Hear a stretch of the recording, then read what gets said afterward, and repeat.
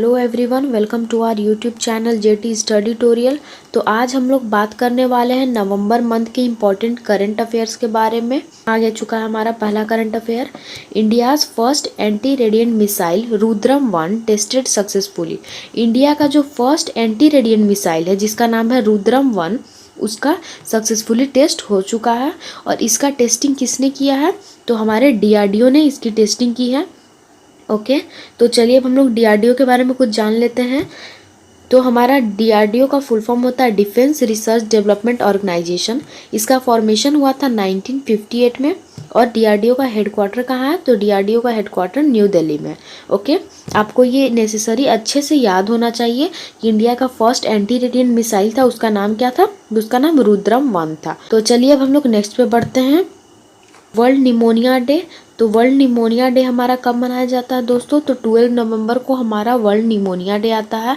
और हर साल की तरह इस साल भी कोई नया थीम है। तो इस साल का थीम है हमारा एवरी ब्रेथ काउंट्स। ओके, आप लोगों को अच्छे से याद रखना है क्योंकि डेट इंपॉर्टेंट होते हैं और कई बार एग्जाम में डेट पूछे जाते हैं। तो आपको याद रखना है कि वर्ल्ड निमोनिया डे हमारा 12 नवंबर को सेलिब्रेट किया जाता है। इस बार का थीम है एवरी ब्रेथ काउंट्स। ओके, चलिए अब हम लोग नेक्स्ट देखते हैं। SBI new chairman Dinesh Kumar Khara appointed by taking the position of Rajesh Kumar. Okay, तो ये जो आप पर्सन देख सकते हैं ये इनका नाम है दिनेश कुमार खारा और ये एसबीआई के न्यू चेयरमैन बने हैं। ओके, इससे पहले पूछ सकता है आपका एग्जाम में कि इससे पहले एसबीआई के चेयरमैन कौन थे? तो राजेश कुमार, दिनेश कुमार खारा से पहले राजेश कुमार एसबीआई के चेयरमैन थे। ओके, अब देखिए हमारा नेक्स्ट है DRDO successfully tested Pinaka rocket system. जो हमारा डीआरडीओ है जिसके बारे में हम लोगों ने पढ़ा अभी, डिफेंस रिसर्च डेवलपमेंट ऑर्गेनाइजेशन, उन्होंने सक्सेसफुली टेस्टिंग कर चुकी है किसकी? पिनाका रॉकेट सिस्टम की। ओके, कहाँ से? इसका उड़ीसा से इसका सक्सेसफुल टेस्टिंग हुआ है। ओके, और ये जो रॉकेट सिस्टम है इसका मैक्सिमम फायरिंग रेंज है 90 किलोमीटर। ओके, तो आप लोगों को ये कुछ 2-3 इंपॉर्टेंट पॉइंट याद रखने हैं इसके कि इसका सक्सेसफुल टेस्टिंग किसने किए थे? तो हमारे डीआरडीओ जो है डिफेंस रिसर्च डेवलपमेंट ऑर्गेनाइजेशन, उसके द्वारा इसका सक्सेसफुली टेस्टिंग हुआ था। और इस रॉकेट सिस्टम का क्या नाम था? तो पिनाका नाम था। कहाँ से हुआ था इसका सक्सेसफुली टेस्टिंग? तो उड़ीसा से इसकी सक्सेसफुली टेस्टिंग हुई थी। मैक्सिमम फायरिंग रेंज है वो है 90 किलोमीटर्स। ओके, चलिए अब हम लोग नेक्स्ट पे बढ़ते हैं। Panna tiger reserve get status of biosphere reserve from UNESCO.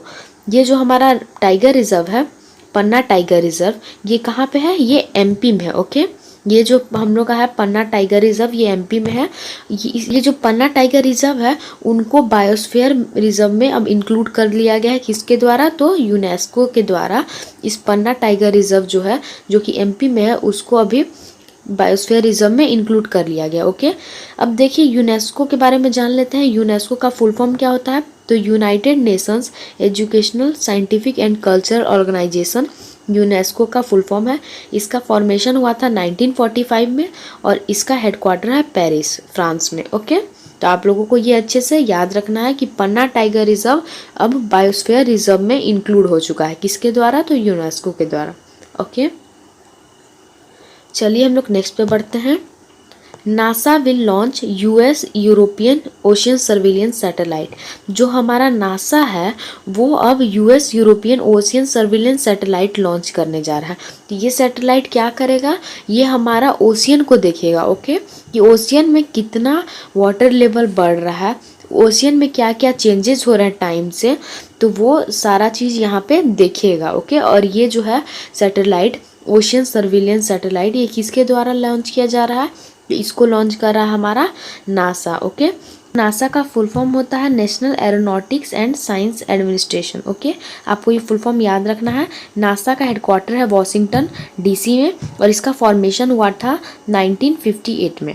Okay, और इन्होंने अभी लॉन्च किया है US European ocean surveillance satellite. Okay, जो कि हमारे ओशियन के वाटर लेवल कैसे इंक्रीज कर रहा है, कितने टाइम पीरियड में इंक्रीज कर रहा है, ये सारा डिटेल इसको पता रहेगा।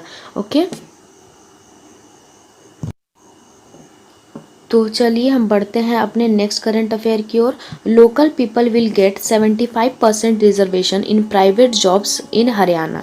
तो देखिए दोस्तों, हरियाणा जो है वो हमारा फर्स्ट स्टेट बन चुका है जिसने लोकल पीपल के लिए 75% रिजर्वेशन कर दिया है प्राइवेट जॉब्स में। ओके, अब हरियाणा के लोग ही वहाँ के जॉब्स को ले पाएंगे। ओके, 75% रिजर्वेशन हो गया है हरियाणा के प्राइवेट जॉब्स में।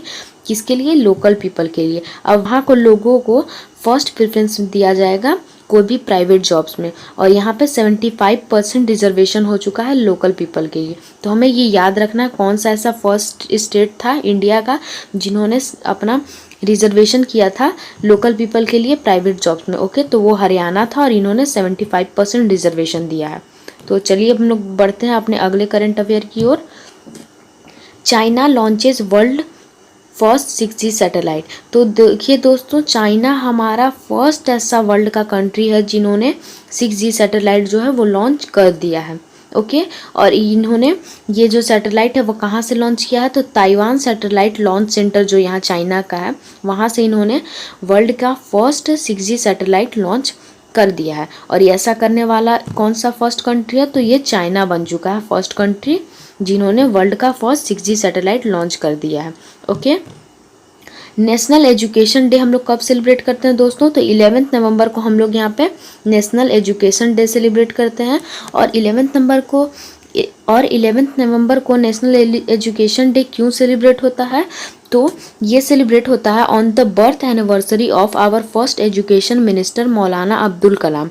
जो हम लोग के फर्स्ट एजुकेशन मिनिस्टर थे मौलाना अब्दुल कलाम, उनके बर्थ एनिवर्सरी पे हमारा नेशनल एजुकेशन डे जो कि 11 नवंबर को सेलिब्रेट किया जाता है।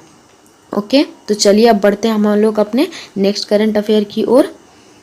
ISRO launches 10 satellite with PSLV C49। जो हमारा इसरो है उन्होंने 10 सैटेलाइट जो है वो लॉन्च किया है। किससे? PSLV C49 से, जिसमें कि E0S01 for proper management of coast of India. जो ये सैटेलाइट है E0S01, ये जो है इंडियन सैटेलाइट है और इसको लॉन्च किया गया है जो इंडिया के सारे कोस्टल एरिया हैं उन लोग का प्रॉपर मैनेजमेंट के लिए। ओके, तो चलिए हम लोग इसरो के बारे में जान लेते हैं। इसका हेडक्वार्टर है बेंगलुरु में और इसका फॉर्मेशन हुआ था 1969 में। ओके, चलिए अब हम लोग पढ़ते हैं अगले करंट अफेयर की ओर। World diabetes day. World diabetes day कब मनाया जाता है दोस्तों? तो 14 नवंबर को हमारा वर्ल्ड डायबिटीज़ डे आता है। एक डिजीज़ है दोस्तों के, और इस बार का थीम रखा गया है the nurses and diabetes. Okay, world diabetes day का थीम रखा गया है 2020 का the nurse and the diabetes. Okay, ये सेलिब्रेट किया जाता है 14 नवंबर को। तो चलिए अब हम लोग बढ़ते हैं आगे।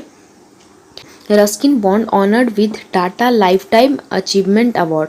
ये जो हमारे रस्किन बॉन्ड है इन्होंने टाटा ग्रुप के द्वारा जीता है Tata life time achievement award इनको मिला है। ओके, ये टाटा ग्रुप के द्वारा इनको ये अचीवमेंट का जो अवार्ड है ये दिया गया है। Indian navy get P-81 aircraft from America. Indian navy है इन लोग को Indian navy get P-81 aircraft from America. Indian navy है इन्हों को P-81 एयरक्राफ्ट मिला है किसके द्वारा? अमेरिका के द्वारा, और ये इंडियन नेवी को मिला है। ओके, ताकि इंडियन नेवी का थोड़ा सा और परफॉर्मेंस ठीक हो सके और यहाँ पे और इंडियन आर्मी जो है इंडियन नेवी वो और यहाँ पे स्ट्रांग हो सके। ओके, चलिए अब हम लोग बढ़ते हैं अपने नेक्स्ट करंट अफेयर की ओर।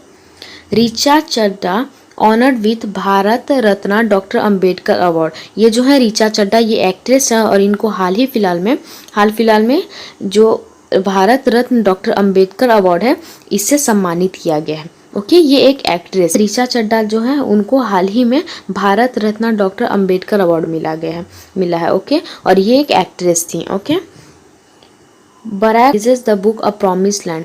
जो US के एक्स प्रेसिडेंट थे बराक ओबामा, उन्होंने हाल ही में एक बुक लिखा है जिसका नाम है एक प्रॉमिस लैंड। ओके, ये बहुत ही पॉपुलर बुक बन चुकी है और जो ये थे राइटर कौन है? बराक ओबामा इसके राइटर हैं जो कि US के एक्स प्रेसिडेंट रह चुके हैं।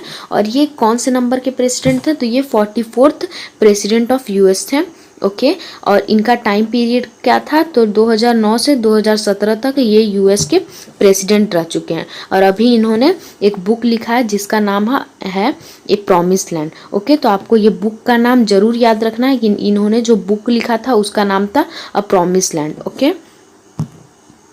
वर्ल्ड इन्वायरमेंट प्रोटेक्शन डे कब सेलिब्रेट किया जाता है? 26 नवंबर को हमारा world environment protection day celebrate किया जाता है। और ये सेलिब्रेट किया जाता है ताकि लोग नेचर से आगे और जुड़ सकें और ताकि ये नेचर को भूले ना और नेचर का इम्पोर्टेंस इनको हमेशा पता रहे। ओके, तो हमारा वर्ल्ड इन्वायरमेंट प्रोटेक्शन डे जो है ये 26 नवंबर को मनाया जाता है। और ये क्यों मनाया जाता है? ताकि हम लोगों को पता रहे कि हमें इन्वायरमेंट को बचाना भी है, क्योंकि यही हमारा लाइफ है और हम इसी से हमको सब कुछ मिलता है। ओके। और इस बार का थीम है वर्ल्ड इन्वायरमेंट प्रोटेक्शन डे का जो थीम है टाइम फॉर नेचर है 2020 का। और ये सेलिब्रेट किया जाता है 26 नवंबर को। ओके, तो आपको डेट और थीम एकदम नहीं भूलना है। Okay. Reserve Bank selected Krishna Gopal Krishnan as first chairman of the Reserve Bank Innovation Hub। हमारे रिजर्व बैंक हैं उन्होंने सिलेक्ट किया है कृष्णा गोपाल कृष्णन को as the first chairman of Reserve Bank Innovation Hub. Okay, ये जो है कृष्णा गोपाल कृष्णन ये को चेयरमैन है इंफोसिस के और को फाउंडर भी रह चुके हैं। ओके, अब देखिए हम लोग बढ़ते हैं नेक्स्ट करंट अफेयर की ओर। PM Modi and PM of Bhutan launches RuPay card. Okay, जो पीएम मोदी हैं हमारे और पीएम भूटान के उन्होंने दोनों मिल के लॉन्च किया है एक रुपे कार्ड। ओके, ये रुपे कार्ड का यूज़ क्या होगा कि ये किसी भी कंट्री में अगर आप हैं तो आप उस कंट्री से या किसी भी बैंक से 2 लाख तक कैश निकाल सकते हैं और आप अप टू 10 लाख तक की शॉपिंग कर सकते हैं। ओके, तो ये किसके द्वारा लॉन्च किया गया है? तो पीएम मोदी और पीएम ऑफ भूटान के द्वारा ये कार्ड जो है वो रुपे कार्ड वो की लॉन्च किया गया है।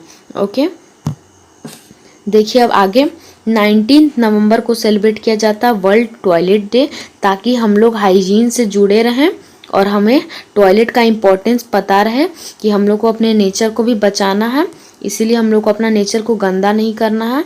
इसका इम्पोर्टेंस हम लोग को याद दिलाने के लिए 19 नवंबर को वर्ल्ड टॉयलेट डे सेलिब्रेट किया जाता है। ओके, चलिए नेक्स्ट पे आगे बढ़ते हैं हम लोग। Kohli is the first player to make 12,000 run in shortest time after defeating Sachin. जो कोहली हैं वो बन चुके हैं फर्स्ट प्लेयर जो कि सबसे कम टाइम में 12,000 रन को पूरा किए हैं आफ्टर डिफीटिंग सचिन तेंदुलकर के नाम पे ये रिकॉर्ड था, बट अब कोहली ने इस रिकॉर्ड सचिन तेंदुलकर के रिकॉर्ड को तोड़ दिया है और ये बन चुके हैं फर्स्ट ऐसे प्लेयर जिन्होंने 12,000 रन इतने कम टाइम में पूरा किया है। ओके, तो आपको याद रखना है ये। Maharashtra first child friendly police station इन पुणे।